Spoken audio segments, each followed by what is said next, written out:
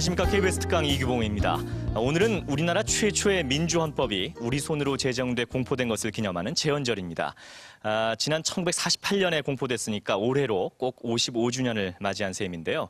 이 헌법이라고 하는 것은 사실 국민의 기본적 인권을 보장하기 위해서 권력 분립을 규정한 한 나라의 가장 기본이 되는 법입니다. 또한 국가 권력에 의해서 준수가 강제된다는 점에서 상당히 강력한 힘을 가진 사회생활의 기준이나 준칙이 되는 법이죠. 그렇지만 사실 이런 모습과는 달리 또 우리 헌법은 국가 경영자들이나 국민들로부터 그동안 존중받기보다는 오히려 조금은 도외시되거나 또는 상당히 무시되고 있는 것 또한 사실입니다. 그래서 KBS 특강 오늘 이 시간에는요, 제헌절을 맞아서 특별히 우리가 조금은 멀고 또 낯설게 느끼고 있는 이 헌법에 대해서 생각해보는 시간 갖도록 하겠습니다. 고려대학교 법학과 김선택 교수를 모시고 이 헌법의 의의와 또 이 헌법적 사고의 중요와 가치에 대해서 말씀 듣는 시간 갖도록 하겠습니다. 고려대 법학과 김선택 교수 모시겠습니다.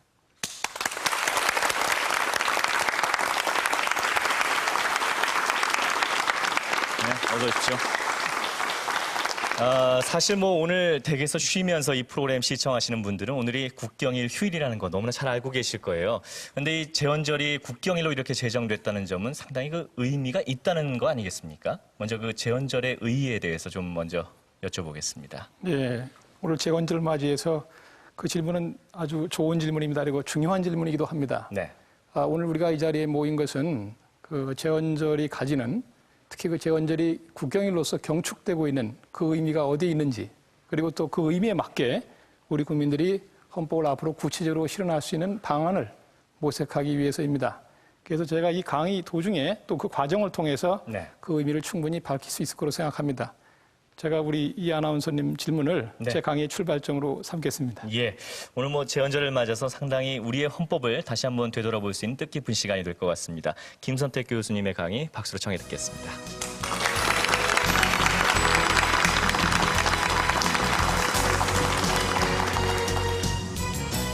네, 여러분도 다 아시겠지만은 우리나라의 기념일 가운데에는 그 법과 관련해서 제헌절 외에도 법이날이 있습니다. 여러분이 다 정확히 아시나 모르겠는데 이 법이날은 그 기념일에 관한 우리 대통령령의 규정이 있고 또 단순히 기념 행사를 하는 정도로 우리가 하고 있습니다. 그런데 이 제헌절은 국경일에 관한 법률이 있고 또 그날을 공휴일로 해서 우리가 특별히 기념을 하고 있습니다. 그런데 생각해 볼 때 법이날 하면 모든 법을 다 묶어서 이렇게 포괄적으로 기념하는 것 같은 생각이 들고, 헌법을 제정한 제헌절은 헌법을 기념하는 날이다. 헌법을 제정한 것을 기념한다. 이런 생각이 듭니다. 그런데 왜 헌법을 제정한 날인 제헌절은 이토록 중요하게 기념을 하고 또 법이날은 그보다 상대적으로 좀 낮게 이렇게 기념을 하는가? 왜 그럴까? 이런 생각이 들 수 있습니다. 그런데 그 헌법을 특별히 이렇게 우리가 중요하게 생각하고 의미를 부여하는 것, 헌법을 제정했다고 하는 것이 도대체 어떤 의미를 갖길래 우리가 이토록 중요하게 생각하는가, 이것을 제 강의의 출발점으로 해서 말씀을 드리겠습니다. 헌법을 제정한다고 하는 것은 그 헌법을 제정할 수 있는 주체로서의 국민이 있어야 되고 그 헌법이 규율을 하려고 하는 대상이 있어야 됩니다. 그러려면은 그 국가라고 하는 그것이 우리 국민에 의해서 규율될 수 있고 우리 국민이 스스로 국가의 운명을 결정할 수 있는 위치에 있어야 됩니다. 우리가 헌법을 제정한 1948년으로 돌아가 보면은 제가 드리는 말씀의 의미를 이해할 수 있게 될 겁니다. 여러분도 아시다시피 1910년에 한일 합병 이후에 무려 36년간의 온갖 멸시와 수모와 고난 이후에 우리 국민이 비로소 국권을 회복하고 우리가 이 국가 권력의 가장 기본이 되는 헌법 제정할 수 있는 그런 권력을 가지고 새로운 국가를 창설하게 된 겁니다. 이것은 조금만 각도를 달리해서 보면은 우리 국민이 다시 국제사회에 하나의 독립되고 대등한 주체로서 등장하게 된 중요한 계기가 되는 사건이 되었다. 이렇게 말씀드릴 수 있습니다. 이건 대단히 감동적이고 또 감격적인 일이 아닐 수 없습니다. 그렇다면 이 헌법을 제정했다. 이것이 단순히 새롭게 국가를 창설해서 새 출발을 하는 것, 그러한 의미만을 갖는가? 그렇지 않습니다. 헌법을 제정한다고 하는 것은 우리가 새로운 국가를 가진다는 것 이상의 어떤 의미를 갖고 있습니다. 우리가 만약에 헌법을 어떤 국가의 기본적인 기초, 구조, 그다음에 또는 그 국가의 어떤 조직, 이것만을 결정하는 것이라고 본다면 이러한 헌법 이해는 전통적인 겁니다. 사실 고대 그리스서부터 시작해서 18세기 말까지 헌법이라고 하는 것은 어떤 국가 공동체의 그 사실상의 그 정치 질서 또는 권력의 그 조직, 이것을 의미했던 겁니다. 그러나 우리가 오늘날 그런 식으로 헌법을 이해한다면 독재국가라든가 전체주의 국가라든가 어쨌든 헌법을 가진 국가라면 헌법국가라 부를 수 있을지도 모릅니다. 정말 그렇습니까? 우리가 독재국가를 헌법국가라 부를 수 있습니까? 전체주의 국가를 헌법이라 부를 수 있습니까? 어떻게 생각하십니까? 그럴 수 없죠. 그럴 수 없습니다. 왜 그렇습니까? 우리가 지금 알고 있는 헌법이라고 하는 것은 단순히 어떤 국가의 정치 질서, 그리고 권력의 편성, 조직만을 의미하는 게 아니고 어떤 이념에 지향된 결단을 의미하는 겁니다. 이 헌법이 종래의 전통적인 의미에서 이와 같은 새로운 의미를 획득하게 한 것은 18세기의 중요한 세계사적 사건 이후의 일입니다. 그 사건이 뭐죠? 그 사건은 여러분 다 알다시피 1776년 이후에 미국의 그 독립혁명, 그 이후에 버지니아주의 권리장전과 헌법전을 통해서, 그리고 1789년에 프랑스의 대혁명을 통해서 인권선언과 프랑스 헌법으로 나타나게 됐습니다. 우리가 이것을 가장 그 분명하게 보여줄 수 있는 한 그 일화가 있는데, 프랑스 혁명 전야에 프랑스의 아베 슈에스라고 하는 사람이 제3신분이란 무엇인가, 이 제3신분이란 지금의 용어로 말하면 일반 국민을 말합니다. 이 제3신분이란 무엇인가라는 팜플렛을 발간했습니다. 이 팜플렛의 내용은 이렇게 되어 있습니다. 과연 오늘날 프랑스에 있어서 국민은, 즉 일반 프랑스의 그 서민들, 시민들은 어떤 의미를 갖는가? 프랑스의 그 당시에 정치적, 경제적 여러 가지 상황을 고려할 때 전부를 의미한다, 이렇게 대답을 스스로 하고, 두 번째로 그렇다면 오늘날 프랑스에 있어서 프랑스 국민들은 어떠한 대접을 받고 있는가? 무다, 이겁니다. 아무것도 아닌 대접을 받고 있다. 그 다음에 세 번째 질문을 합니다. 그렇다면 국민은 어떻게 해야 되는가? 이제 무엇을 해야 되는가? 그죠? 무엇인가 하지 않을 수 없다. 여기서 슈에스가 주장한 건 이겁니다.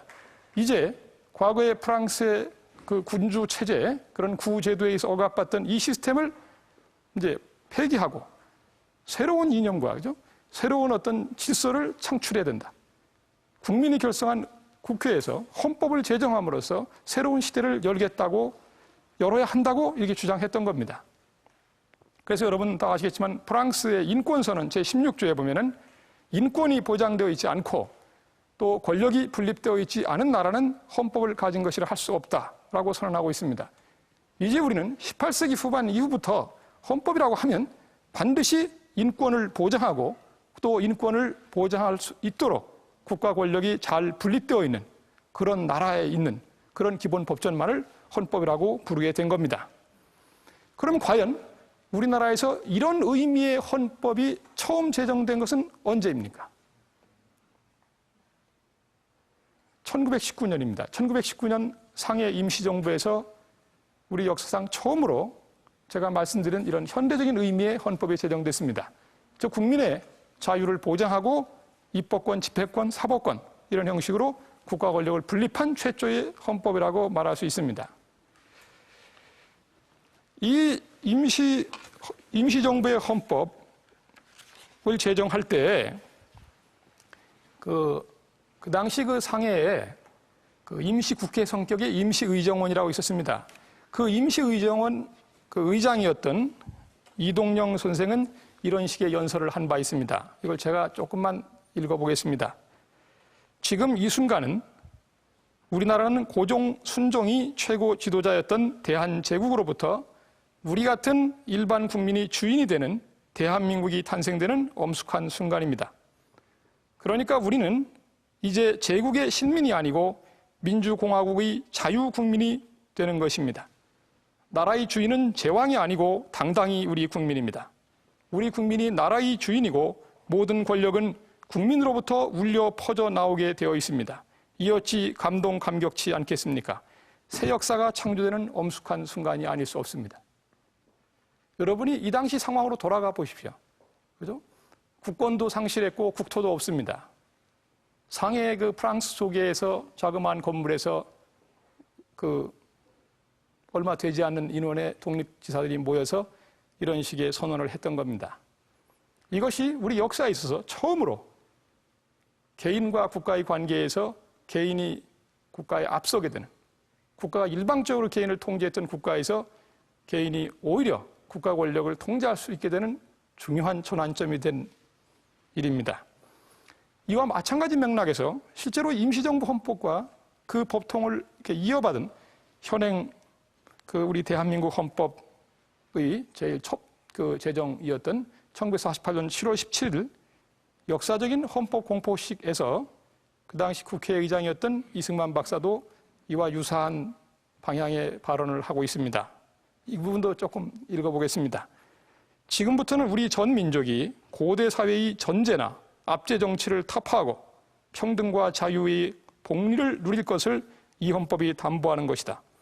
일반 국민은 이 법률로서 자기 개인의 자유와 생명과 재산의 보호를 받을 뿐만 아니라 국권과 국토를 수호할 것이니 이 헌법을 존중하고 또 그에 복종함으로써 우리 전 민족뿐만 아니라 우리 후세의 자손이 똑같이 자유와 복지를 누릴 것이니 이날 이때 우리가 여기서 행하는 이 일이 영원한 기념일이 될 것을 증명하여 모든 국민이 각각 마음으로 선서하여 잊지 말기를 부탁합니다. 라고 떨리는 목소리로 감격을 표시했던 겁니다. 이미 50여 년이 지나서 돌아보면은 여러분이 너무나 당연히 생각했던 일들이, 생각하고 있는 그 일들이 이 당시에는 모든 국민들을 감동케 했던 겁니다. 이로써 우리나라는 제가 아까 말씀드린 바와 같이 전통적인 의미의 헌법이 아니라 국민의 자유를 우선하는, 국가 권력이 자유에 의해서 통제되는 그런 현대적인 그런 의미의 헌법을 가지게 됐고 또 그에 발맞춰서 헌법국가라는 이름을 가질 수 있게 된 겁니다. 그런데 현실은 어떻게 됐습니까? 우리는 이렇게 생각할 수 있습니다. 새로운 헌법을 공포하는 자리에 있었던 국회의장 이승만 박사가 새로운 국가의 최고 권력자인 대통령이 됐습니다. 그렇다면 이 헌법이 앞으로 잘 준수될 거라는 것은 뭐 보장된 것이나 마찬가지 아니냐, 이렇게 생각할 수 있습니다. 정말 그렇게 됐습니까?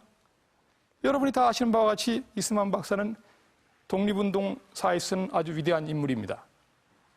그러나 실제로 국정을 운영함에 있어서는 대단히 유감스럽게도 독재로 희종 일관을 했다고 이렇게 되고 있습니다.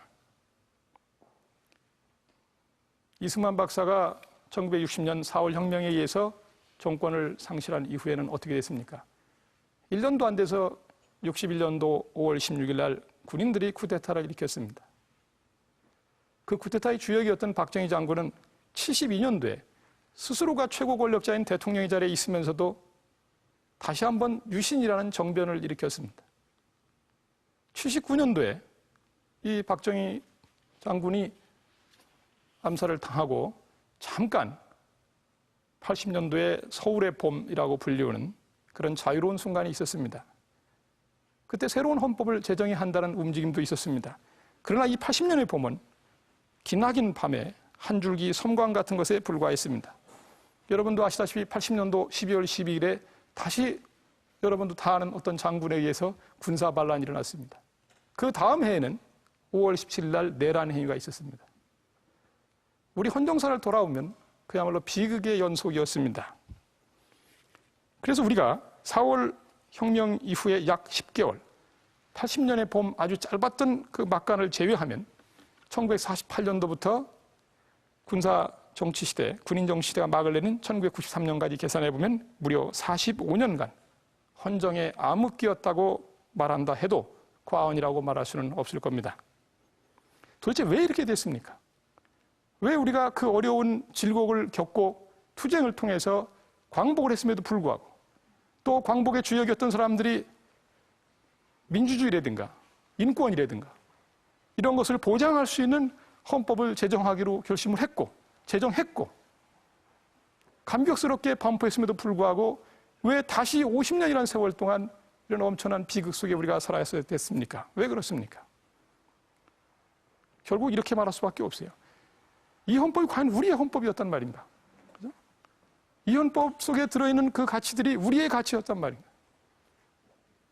이 헌법에 포함되는 가치에 대한 침해가 있을 때 우리가 스스로 침해당한 것처럼 아주 심각한 고통을 느낄 만큼 우리 국민들이 성장해 있었단 말인가? 우린 유감스럽게도 헌법은 있었으나 그 헌법을 구체적으로 실천할 주체를 가지고 있지 못했던 겁니다. 그 헌법을 실현할 수 있는 그런 의식을 갖고 그렇게 성장한 국민을 갖고 있지 못했던 거예요. 결국 그것이 우리 헌법을 이렇게 오랫동안 고통 속에 잠겨 있게 했다고 생각이 됩니다. 미국과 프랑스에 있어서 헌법을 제정했던 그 투쟁의 역사, 성장의 역사가 우리에게는 흠결되어 있습니다. 이것을 우리는 자생적인 헌법이 아니라 계수된 헌법, 수입된 헌법을 가지게 되었다. 즉 헌법의 핵심적 가치가 우리 국민의 뼛속에 스며들어서 자연스럽게 되는 것이 아니라 그저 희망으로, 기대로 이렇게 머물러 있었던 겁니다. 그래서 현실은 어떻게 됐습니까? 민주공화국의 대통령이 절대군주제의 왕으로 변질돼서 군림해 왔습니다. 국민 전체에 봉사해야 될 공무원은 그러한 제왕적 대통령의 신료로 타락했었습니다. 이러한 권위주의적인 신대통령제 하에서 국민은 생명과 자유 그리고 재산을 박탈당한 위협에 시달려 왔습니다. 우리가 이러한 헌정에 암흑기에 우리 국민은 어떠했습니까? 그저 굴복했습니까? 그저 체념했습니까? 우리가 지난 세월을 돌아보면은 우리 국민들은 이 암흑의 터널을 벗어나기 위해서 숱한 희생과 고통 그리고 순환을 마다하지 않았습니다. 어떻게 말씀드린다면 이렇게 볼 수도 있습니다. 우리는 우리가 계수해온 이 헌법을 이 땅에 실현하기 위해서 아주 값비싼 수업료를 지불해 왔다고 말할 수 있습니다. 피와 눈물과 땀이라고 하는 값비싼 수업료를 지불해 왔다고 생각이 됩니다. 결국 우리는 1987년도 6월에 시민 항쟁을 통해서 현행 헌법을 쟁취하게 됩니다. 이 어려운 세월을 통해서 우리 국민은 비로소 헌법을 자기의 것으로, 헌법이 보장하고 있는 핵심적 가치가 얼마나 소중한 것인지, 이 헌법이 제대로 준수되지 않을 때 우리가 어떠한 고통을 겪게 되는지 이것을 몸소 체험하게 됐습니다. 이 과정을 통해서 우리 국민은 헌법의 의식이 성장이 됐고 비로소 헌법을 이 땅에 제대로 실현할 수 있는 그런 자격을 가진 국민으로 성장했다고 생각이 됩니다. 우리 국민은 헌법이 보장하고 있는 가치를 충분히 누릴 만한 자격이 있다고 저는 생각합니다. 지난 50년의 그 기나긴 세월, 또 그 전에 거의 40년 가까운 일제의 그 억압이라든가, 또 그 뒤로 올라갔을 때 수천 년에 걸친 절대 군주제의 억압, 이 오랜 세월의 고통을 겪으면서 우리 국민이 진정 헌법이 보장하는 자유가 얼마나 소중한지를 배우지 못했다면 그것은 정말 이상한 일일 겁니다. 그래서 저는 이렇게 생각합니다. 이러한 숱한 희생과 헌신, 슬픔과 분노, 고통 속에서 피와 눈물과 땀으로 얻게 된 이 헌법을 이제 우리 국민은 어떻게 지켜나갈 것인가? 지켜나가기 위해서 이 헌법을 실천할 수 있는 진정한 주체가 되어야 되고 그 주체가 될 수 있는 길은 어디에 있는가? 그 방법은 무엇인가? 이것을 논의해야 된다고 생각합니다. 이것은 아마도 우리 국민이 일상생활에서 흔히 부딪히는 그런 어떤 영역 또는 어떤 문제에 있어서조차도 그 헌법적으로 생각하는 그런 태도를 가져야 되지 않을까 이런 생각이 듭니다. 헌법적으로 생각한다. 이게 무엇을 의미하는가? 어떻게 하는 것인가? 이렇게 제가 두 가지로 나눠서 설명을 드리겠습니다. 헌법적으로 생각한다고 하는 것, 그것은 개인과 국가의 관계에서의 국민의 태도, 그 다음에 개인과 개인 사이에 모종의 갈등이 있을 때 국민이 가질 수 있는 태도, 이게 둘로 나누어서 설명을 할 수 있을 겁니다. 우리 국민이 국가의 관계에서는 어떠한 태도를 견지하는 것이 헌법적인가? 독일 헌법을 만들 때요, 그 초안을 작성했었는데 그 초안의 제1조의 내용이 이렇습니다. 국가가 인간을 위해 존재하는 것이지 인간이 국가를 위해 존재하는 것은 아니다. 이런 조문을 규정했었습니다. 그 후에 이 조문은 인간의 존엄은 불가침이다. 이를 존중하고 보호하는 것은 모든 국가 권력의 책무이다. 이렇게 바뀌었습니다. 이 말은 상당히 의미심장한 국가와 개인의 관계에 대한 중요한 출발점을 보여줍니다. 무슨 얘기냐면은 우리 국민 한 사람 한 사람은 국가보다 앞서서 존재하는 겁니다. 우리 인간은 태어날 때부터 이성적이고 존엄하고 따라서 자유를 누릴 권리가 있습니다. 이러한 자유는 누구에게서 받은 것이 아니라 천부적인 겁니다. 원칙적으로 제한될 수 없는 자유를 말합니다. 그렇다면 국가가 이러한 자유를 제한하려고 시도할 때 국민은 무엇라 말해야 됩니까? 도대체 무엇 때문에 제한하려고 하는가? 그리고 제한하려고 하는 그 수단은 우리가 감당할 수 있는 것인가? 이걸 물을 수 있어야 됩니다. 이것을 우리가 조금 전문적으로 말씀을 드리면 국민의 자유에 유리한 추정이 성립한다고 말합니다. 이걸 역으로 말하면 국가 권력에 불리한 추정이 성립한다. 국민은 자기의 자유를 주장하고 자유를 누리면 되는 겁니다. 그러나 국가 권력은 이 자유를 제한하고 싶으면 반드시 그 제한의 사유를 밝혀야만 되고 국민을 설득할 수 있어야 됩니다.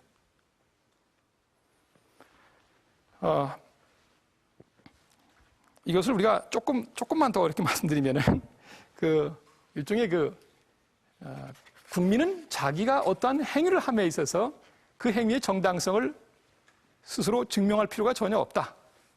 그 반대로 국가는 국민의 자유에 대한 어떤 구속을 할 때는 반드시 자기 행위의 정당성을 스스로 입증하지 않으면 안 된다. 이렇게 말씀드릴 수 있습니다. 그럼 뭘 입증하란 말인가? 헌법에 정한 목적에 맞게 행사되는 것인가? 국가가 임의적으로 어떤 목적을 정해서 하는 것이 아니라 헌법에 이미 규정해 놓은 그 목적을 달성하는 데 필요한 어떤 수단으로서 어떤 행위를 하는 것인가? 그 다음에 이 목적 달성에 필요한 정도로 최소한의 수단, 불가결한 수단만을 동원한 것인가? 혹시 권력을 과잉으로 행사한 것은 아닌가? 만약 이러한 질문에 대해서 적정한 증명을 하지 못하면 그러한 국가 권력의 행사는 단순한 폭력에 지나지 않는 겁니다.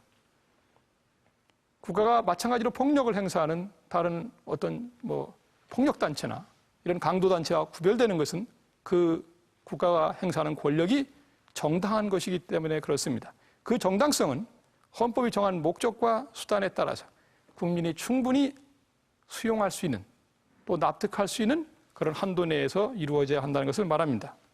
이해를 돕기 위해서 제가 몇 가지 사례를 한번 들어보겠습니다. 여러분도 흔히 경험을 할 겁니다. 언제부터인가 우리나라에서는 집회나 시위가 있을 때 경찰 병력이 상당히 동원돼서 이른바 원천봉쇄라는 걸 하고 있습니다. 이 원천봉쇄라는 것은 일정한 구역을 정해놓고 그 구역의 통행을 제한하는 겁니다. 집회 시위에 참가하려고 의도를 가지고 있는 자도 접근이 불가능할 뿐만 아니라 다른 일반 국민도 통행에 상당한 제약을 받게 됩니다. 이것이 과연 적당한 것인가? 한번 스스로 한번 생각해 보십시오. 이게 과연 적당한 권력의 행사라고 부를 수 있겠는가? 또는 구체적인 혐의가 있는지 없는지 여부와 상관없이 임의동행 형식으로 어떤 국민을 경찰서에 이렇게 데리고 간다거나 어떤 수사를 한다거나 이랬을 때 우리는 이것이 과연 그 개인의 신체의 자유를 제대로 지켜주고 있는 것인가? 이런 의문이 들 수밖에 없습니다. 헌법재판소에서 내린 결정 의례를 들어보면 이런 것도 있습니다. 그런데 제대로 이 가리는 시설, 차폐시설이 불완전한, 그래서 밖에서 잘 들여다 보이는 유치장 내에서 일정한 화장실을 만들어서 그걸 이용하게 했다. 과연 그것이 그럴 필요가 있는가? 또 내지는 어떤 집회나 시위에 참여한 어떤 사람들을 체포해가지고 위험한 물건을 휴대하지 못하게 할 목적으로 이른바 알몸수색을 한다. 과연 그런 정도의 권력 행사를 할 만큼의 의미가 있는 것인가? 권력을 과잉 행사한 것이 아닌가? 여러분 이렇게 생각하실지 모릅니다. 그렇게 사소한 문제를 헌법을 하면서 논의하는가? 과연 사소합니까? 또 이런 것도 있었습니다. 미결수가 법정에 출두할 때 죄수복을 입혀서 나갔었습니다. 우리는 아무런 생각도 없었어요. 그것이 과연 어떤 의미를 갖는 것인가? 미결수라는 건 무슨 얘기입니까? 재판이 아직 확정되지 않았다는 걸 의미합니다. 재판이 확정되지 않은 자는 무죄로 추정된다는 헌법상의 대원칙이 있어요. 아직 죄가 있는지 없는지 여부도 알 수 없는 사람을 죄수복을 입혀서 법정에 세운다고 하는 것이 뭘 의미하는 겁니까? 이것은 국가가 편의적으로 권력을 행사하고 있는 거예요. 우리 헌법과 법률이 국가에 준, 국가에 신탁한 그런 권력의 범위를 넘는 겁니다. 조금 문제를 좀 큰 데로 옮겨보면, 예컨대 그린벨트 여러분 잘 아실 거예요, 그죠? 사실은 도시가 무분별하게 확산되면은 도시민들의 어떤 그 생활에 어려움이 있어요. 환경 보전을 할 필요가 있습니다. 이건 중요한 공익일 수도 있습니다. 그런데 그 녹지 내에 그 소유하고 있는 토지가 있는 사람의 경우에는 그 재산권 행사에 상당한 제약을 받게 됩니다. 여기에 아무런 배려나 보상도 하지 않는다면 어떻게 되겠습니까? 또는 이럴 수도 있습니다. 문화재 지정과 관련해서 말씀드려보면은 어떤 특정한 지역에 개발을 하려고 하는 주민들이 있는데 그 지역에서 유물의 흔적이 발견됐으니까 일체 그 못하게 합니다. 문화재 지정을 하고 그 소유권 행사를 못하게 막는다. 그리고 아무런 보상도 하지 않는다. 그렇게 될 경우에는 그 국민들이 그와 같은 국가 권력의 행사를 과연 정당한 것으로 금방 수용을 할 수 있겠습니까? 여기서 우리 국민은 요구해야 됩니다. 도대체 무슨 목적으로 그와 같은 권력을 행사하고 있는 것인가? 또 그와 같은 목적을 달성하는데 지금 행사한 이 권력의 정도, 범위가 과연 합당한 것인가? 이것을 국가가 스스로 입증을 해야 됩니다. 국민이 나서서 저 이런 권리가 있는데요. 제가 이런 신체의 자유가 있고 이런 재산권이 있고 이 권리가 있으니까 이 권리를 보장해 주세요라고 할 필요 없이 국가가 먼저 자기가 행사하는 권력이 정당한 것을 입증해야만 되고 입증하지 않으면 그 권력은 정당한 권력으로서 인정될 수 없습니다.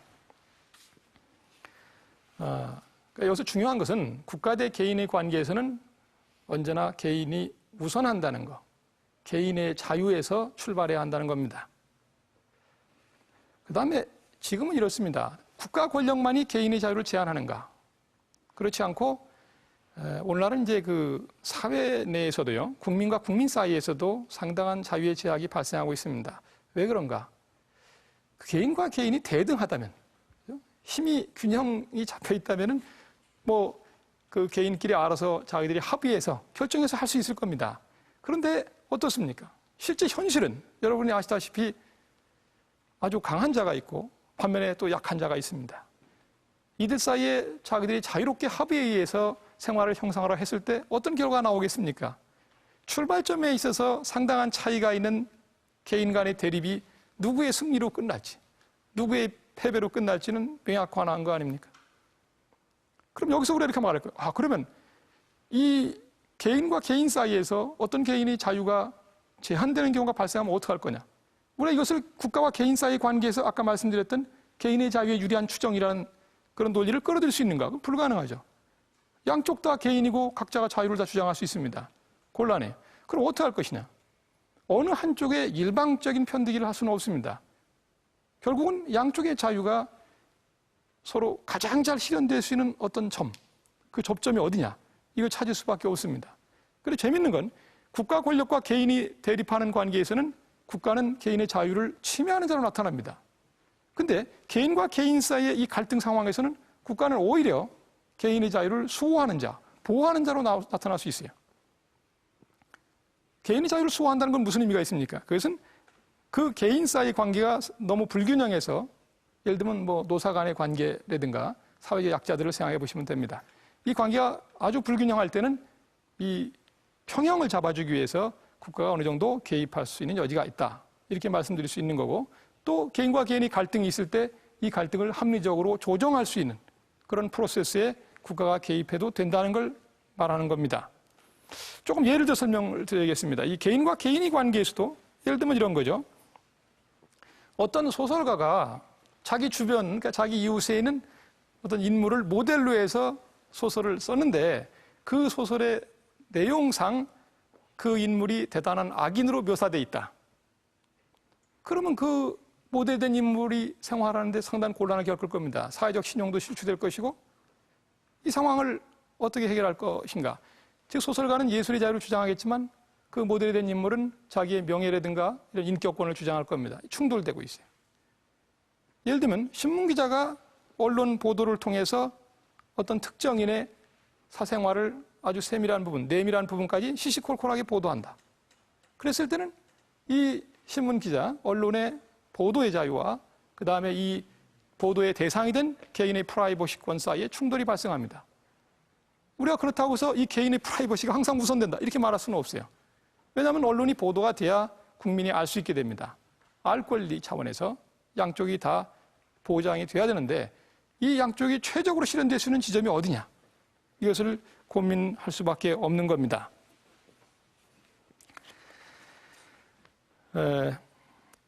그러면 뭘 기준으로 판단해야 될까요? 여기서 헌법은 이 충돌하는 가치들 또는 이익들, 국가의 이익인 공익과 개인의 이익인 사익이 충돌할 때라든가 개인의 이익과 개인의 이익인 사익과 상호간의 충돌이 있을 때 어떻게 판단할 것인가 하는 기준을 제공해 줍니다. 우리가 지금 숱한 갈등 속에 시달리고 있습니다. 수많은 갈등이 계속 발생하고 있고 이 갈등의 모색이 대단히 어려운 그런 현실을 지금 목도하고 있습니다. 이 갈등을 적정하게 해결하기 위해서는 그 헌법을 기준으로 해서 헌법적인 가치를 판단의 기준으로 삼아서 노력을 할 필요가 있다고 생각이 됩니다. 물론 여러분은 이렇게 말할 수도 있어요. 아니 헌법까지 추상적인 일반적인 법을 가지고 어떻게 이러고 개별적이고 구체적인 분쟁을 해결할 수 있단 말인가. 물론 그런 점도 있습니다. 그러나 개별적이고 구체적인 경우에 그 상세한 기준도 결국은 출발점에 있어서는 궁극에 있어서는 헌법에서 나올 수밖에 없습니다. 근데 그러려면 이 이익 갈등과 분쟁을 헌법적인 가치 기준에서 출발해서 해결하려고 한다면 이 갈등과 이런 그 분쟁의 당사자들이 헌법적 가치에 대한 존경, 헌법적 가치에 대한 신뢰를 갖고 있어야 됩니다.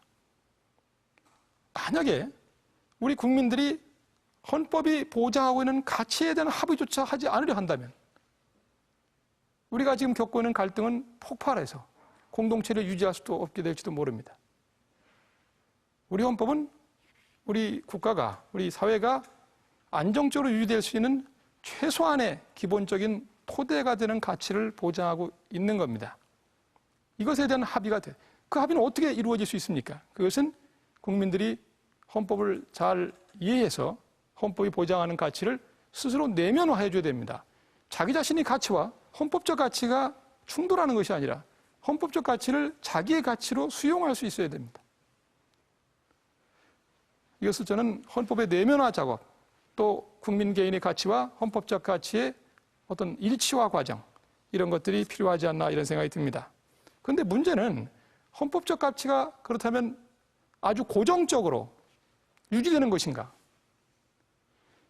그러니까 헌법적 가치라는 건 헌법의 그 성문 헌법의 텍스트가 있으면 그 자체로서 이미 확정돼서 언제나 그 가치를 기준으로 모든 문제를 해결할 수 있다고 말할 수 있는가?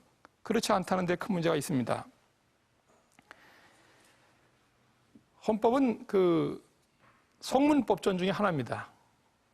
문장으로 쓰여 있어요. 언어로 되어 있습니다. 근데 그 문장이나 언어 안에 들어있는 내용, 그 실질은 우리 현실 속에서 꾸준히 변화하게 됩니다. 예를 하나 들어보겠습니다. 예를 들면 이런 겁니다. 우리가 평등 문제를 얘기할 때요. 양성평등 같은 걸 얘기해보면 남녀 평등 이런 얘기를 해보면은 남자와 여자가 대등하게 기회를 보장받으면 그것으로 충분히 평등권이 보장된다. 이렇게 생각해 왔습니다. 과연 그렇습니까?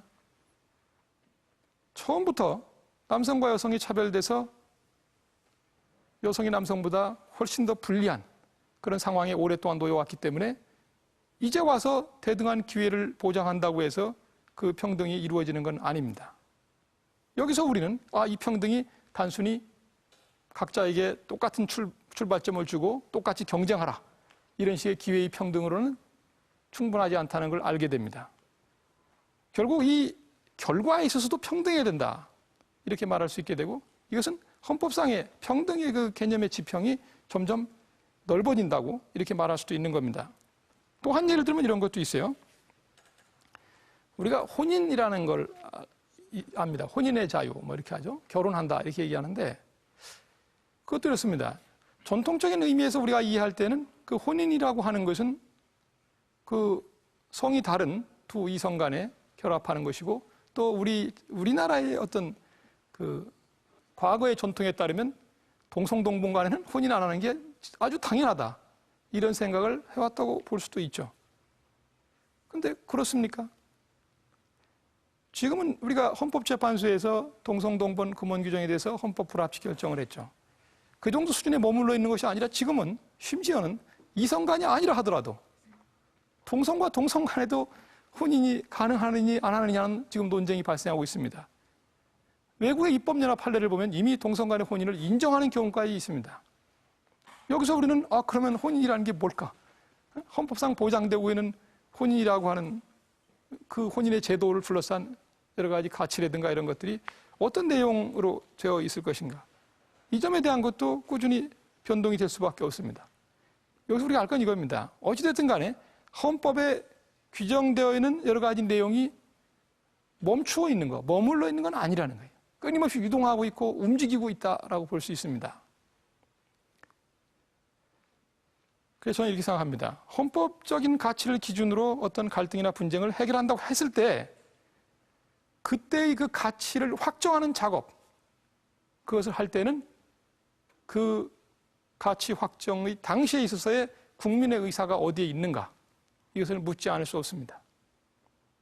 국민은 어떤 순간에 제정된 그 헌법의 내용에 영속적으로 구속된다, 이렇게 볼 것이 아니라 우리는 헌법이라는 매개물을 통해서 우리의 의사를 그 국가에 이렇게 전달하고 또 관철할 수 있어야 한다, 이런 생각이 듭니다.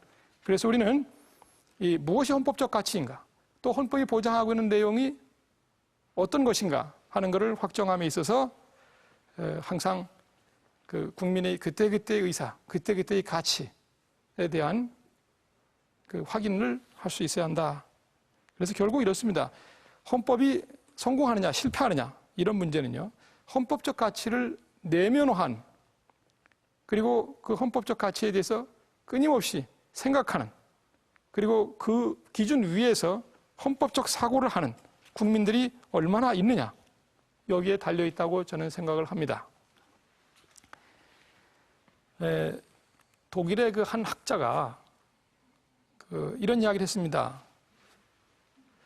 우리가 단순히 국가라고 하는 어떤 단체에 충성한다, 국가를 사랑한다, 이럴 때는 애국심이라는 용어를 사용합니다. 근데 과연 그 국가가 어떠한 성격을 갖든, 어떠한 이념을 추구하든, 어떠한 조직으로 돼 있든 간에 무조건 그 국가에 충성해야 되는가?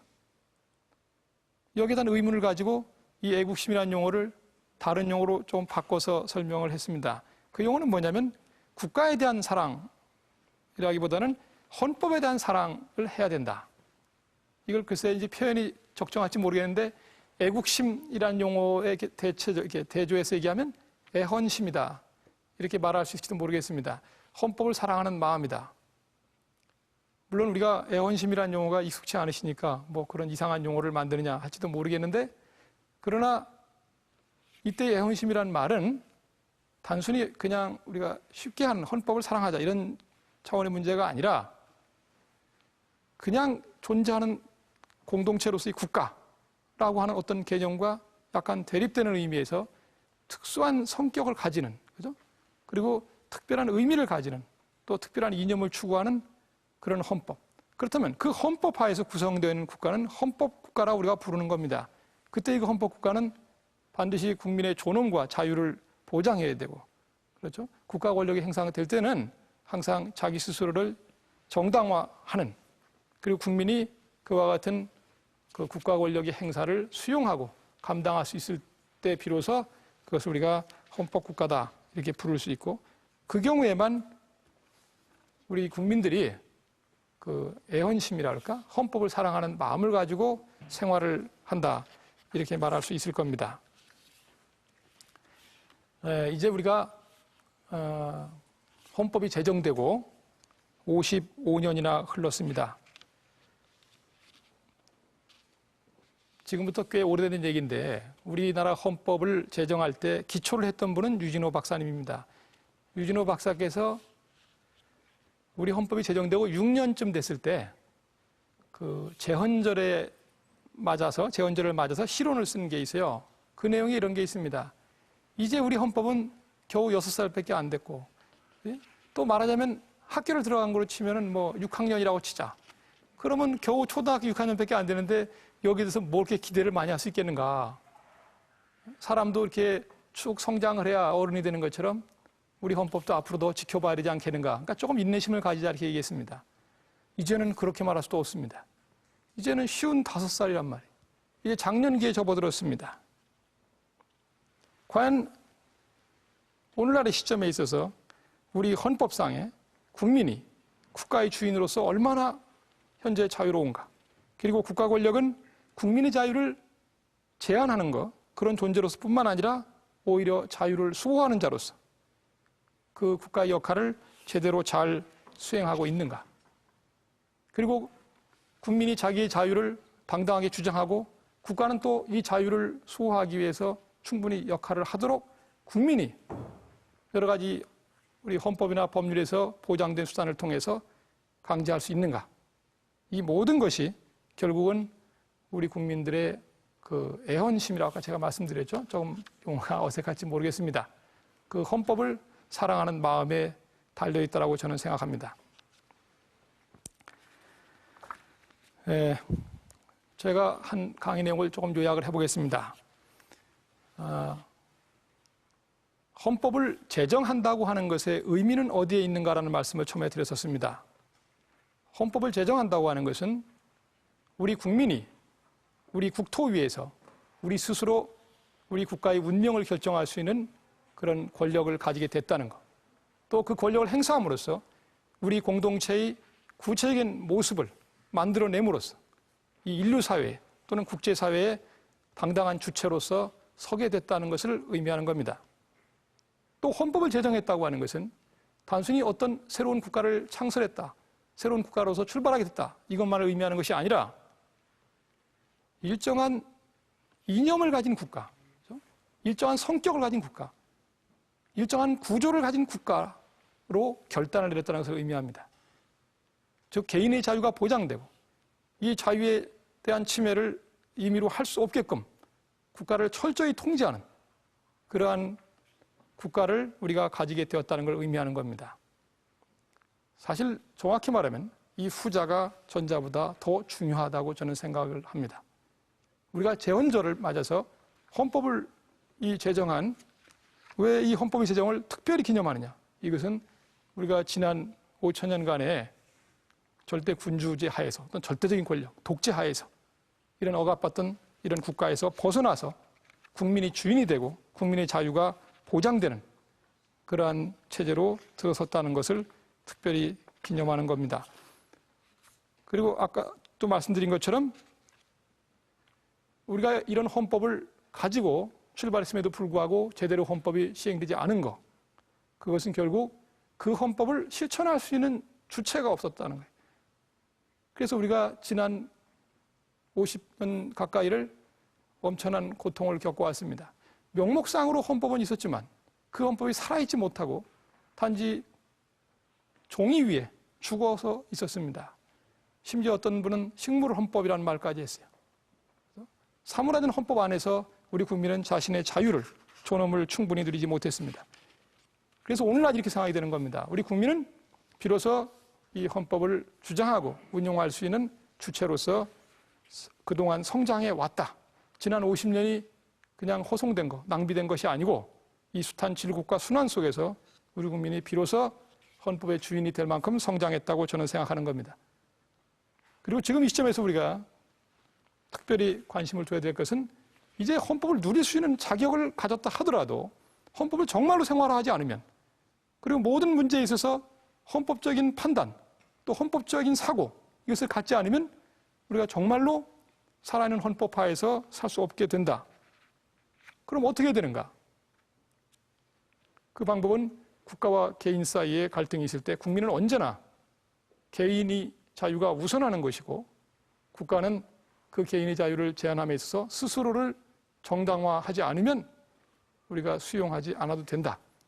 우리가 국가 권력에 대해서 스스로를 증명하도록 요구해도 된다는 겁니다. 개인과 개인 사이 갈등이 있을 때에는 언제나 헌법에 규정되어 있는 가치를 기준으로 해서 적절한 조화를 모색해 나가도록 노력을 해야 된다는 겁니다. 그런데 이 헌법적 가치라고 하는 것은 고정되어 있는 것이 아니라 이 사회생활이 변화함에 따라서 변동하기 때문에 우리 국민들은 좀 열린 마음으로 꼭 나만 옳다 이렇게 생각하지 말고 지금 이 시점에서 우리 헌법에 규정되는 그 내용이 어떤 식으로 변화하고 있고 그 가치가 어떻게 구현되는 것이 우리 국가에 가장 맞는 것인가 이것을 그때그때 확인해서 시행하는 수밖에 없다 이런 생각이 듭니다.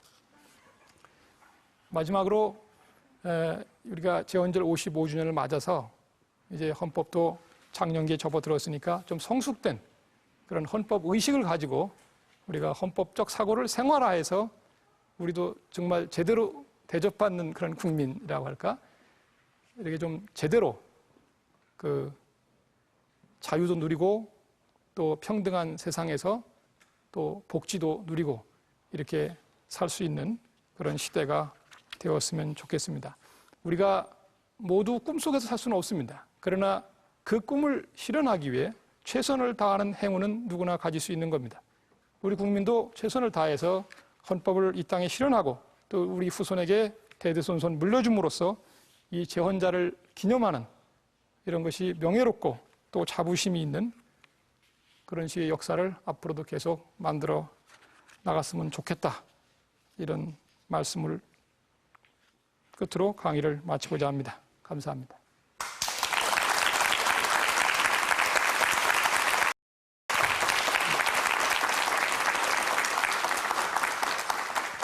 네, 교수님이 아주 열띤 강의 잘 들었습니다. 오늘 저는 강의를 들으면서 내가 태어나고 자란 이 나라의 헌법에 대해서 내가 그동안 너무 무지했구나 하는 것을 좀 느끼게 됐고요. 반성을 하게 됐습니다. 아마 많은 분들이 공감을 하시는 부분일 텐데 앞으로는 조금 더 우리가 헌법에 대해서 관심을 가져야겠다는 필요를 느끼게 됩니다.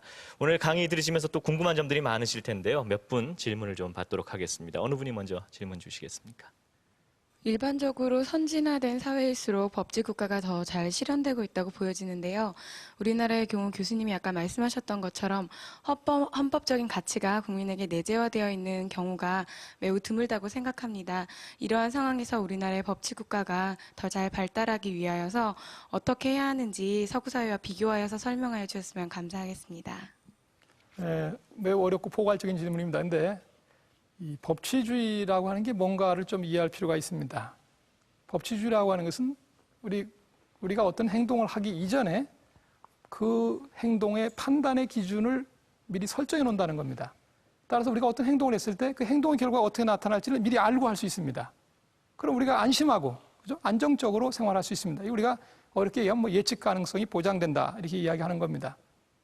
그런데 만약 우리가 이 법을 만들어 놓고 그걸 해석하고 집행하는 과정에 있어서 자의가 개입되면 도대체 자기 행동을 해야 되는 건지 말아야 되는 건지 했을 때 어떤 피해를 입게 될지를 예측할 수 없게 돼요. 그럼 국민들은 그 법을 지키지 않게 됩니다. 여기서 우리가 서구 선진국일수록 특히 법치주의가 잘 되는 나라일수록 신뢰도가 높다고 얘기하고 법치주의가 잘 안 되는 나라는 신뢰도가 낮다고 얘기합니다. 우리나라는 신뢰도가 조금 낮은 나라로 평가되고 있습니다. 그것이 여러 가지 파급 효과를 지금 일으키고 있습니다. 우리가 추구해야 될 것은 이렇습니다. 결국 그 법이라고 하는 것을 지킬 수 있게 만들고 또 그 법을 반드시 지키도록 이렇게 해 나가지 않으면 이 법치주의가 보장하고 있는 그 확실성이라든가 투명성이라든가 예측 가능성을 우리가 확보할 수 없고 따라서 이 법치주의에서 기초하는 신뢰도 제고시킬 수 없습니다. 앞으로 노력을 많이 해야 될 일이라고 생각합니다. 예, 어느 분 또 질문 주시겠습니까? 예. 현행 우리 헌법전은 서구의 헌법전과 비교해서 그 체계화의 정도나 그 기본권 보장의 정도가 상당히 그 불합리한 점이 없이 같이 같은 레벨에 있음에도 불구하고 잘 집행되거나 이러지 않는 문제점에 대해서는 어떻게 생각하시는지. 우리 헌법의 문헌이 꾸준히 발전해 온 것은 사실입니다. 그런데 이런 문제도 있습니다. 우리 헌법의 문헌만 살펴보면요. 그동안 여러 차례의 헌법의 개정을 통해서 정비가 되었다기보다는 오히려 자꾸 첨가가 돼서 서로 잘 맞지 않는 이런 측면들이 많이 있습니다. 그러면 우리가 보통의 법률 같으면은 한번 좀 고쳐보자 이렇게 할 수 있을 텐데 우리 국민들은 헌법에 손을 대는 것 자체에 상당한 알레르기 반응을 보입니다. 헌법을 개정한다는 것 곧 권력의 변동을 이야기하는 것이었고 그 권력의 변동은 국민에게 엄청난 고통을 안겨줘 왔습니다. 그래서 우리 헌법이 그 자체가 잘 안 맞는데도 불구하고 그냥 가지고 갈 수밖에 없는 그런 사정에 놓여 있습니다. 우리가 한 번이라도 헌법을 정말로 국민의 자유와 권리를 신장하기 위한 개정을 해보았는가? 항상 새로 신흥 어떤 권력자라든가 기성의 권력자가 자기의 권력을 정당화하거나 아니면 권력을 영속화하기 위해서만 헌법에 손을 대왔습니다. 여기에서 지금 우리 국민들의 헌법의식이 굉장히 취약하게 된 아주 중대한 원인이 거기에 있습니다. 지금 그래 이렇습니다. 헌법의 문헌이 얼마나 잘 되어 있느냐 이런 것이 중요한 것이 아니라 실제로 그 헌법이 현실을 통제해서 규범적인 효력을 갖추게 하는 것이 훨씬 더 중요한 문제이고 또 규범적인 효력을 갖게 되면 거기서 현실과 잘 맞지 않는 부분들에 대한 그 개정의 필요성이 될 수 있을 것이고 그 경우에는 지금과 같은 어떤 그 피해의식이랄까 어떤 그 위험하다 하는 이런 의식 없이도 아마 우리 헌법을 개선할 수 있지 않을까 이렇게 생각을 합니다. 네. 오늘 여러 가지 질문들이 나왔습니다. 더 많은 질문이 있겠지만 아쉽게 또 지금 여기서 이제 정리를 해야 될 것 같습니다. 제가 옆에서 뵈니까 강의하시고 또 답변하시느라고 땀이 많이 나셨어요. 다시 한번 어렵고 조금 딱딱하게 느껴질 수 있는 헌법 얘기를 아주 쉽게 차근차근 설명해 주신 우리 고려대 법학과 김선택 교수님께 큰 박수 부탁드리겠습니다. 고맙습니다.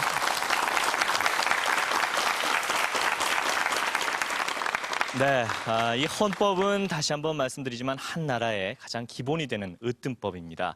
우리가 이 헌법을 존중하고 잘 활용할 수만 있다면 분명히 헌법은 우리의 안녕과 행복을 지켜줄 겁니다.